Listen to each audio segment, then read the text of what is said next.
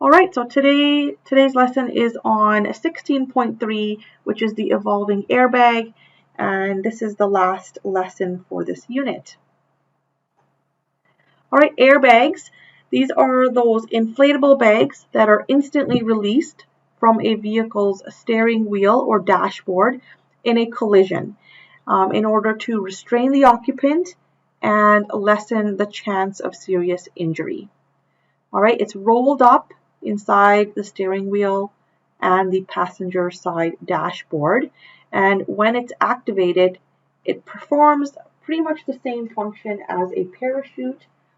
Parachutes, they protect skydivers by safely lowering the velocity and momentum of their fall.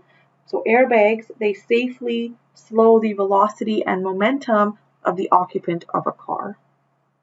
All right, so this diagram here is showing an airbag when inflated. It fills the front part of a vehicle. The air inside of it, it cushions the occupants and slows their velocity and momentum. And then this is just a vehicle showing the parachute and how both they use air to reduce momentum. So how do airbags work?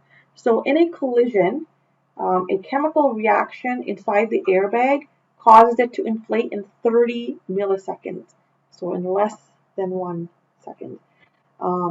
Sensors in the car, they send an electrical signal to ignite a canister of a chemical called sodium azide, NaNH3, which is a solid, and then the chemical will quickly decompose to release nitrogen gas, so N2 gas. A small amount, about 130 grams of sodium azide crystals, will produce about 67 liters of nitrogen gas, which is enough to inflate a normal sized airbag. So we'll pause here. All right, so that was just a quick video on how do airbags work. All right, so we're going to talk about kind of like the timeline of the airbags.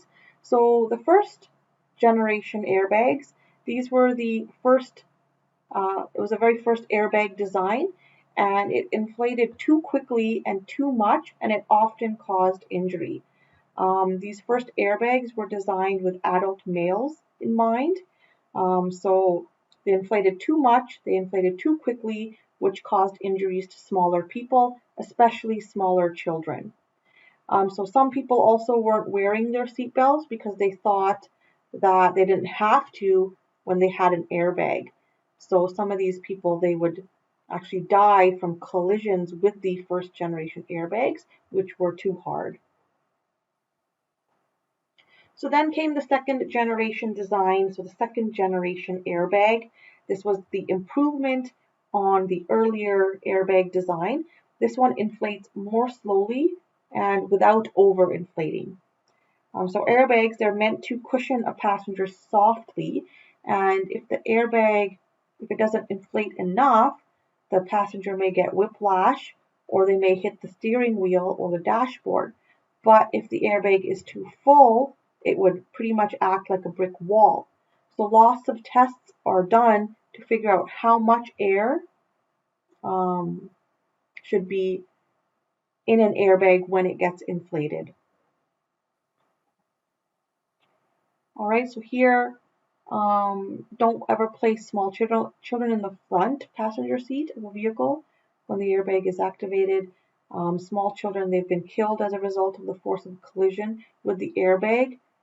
Even during minor crashes.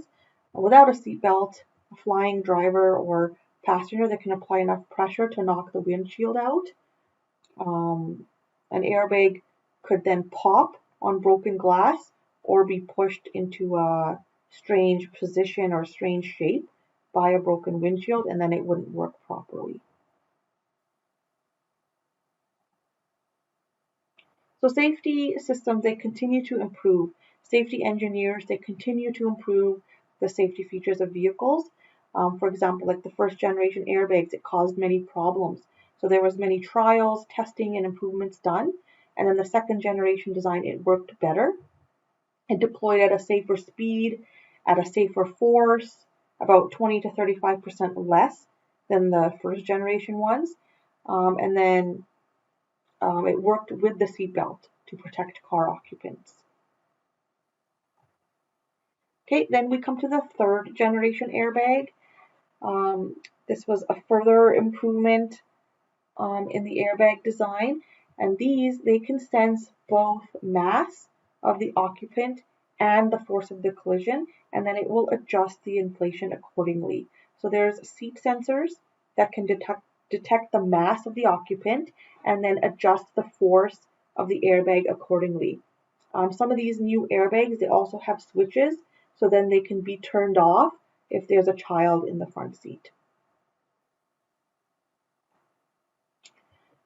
The modern seats are now designed to act almost like a baseball catcher's mitt.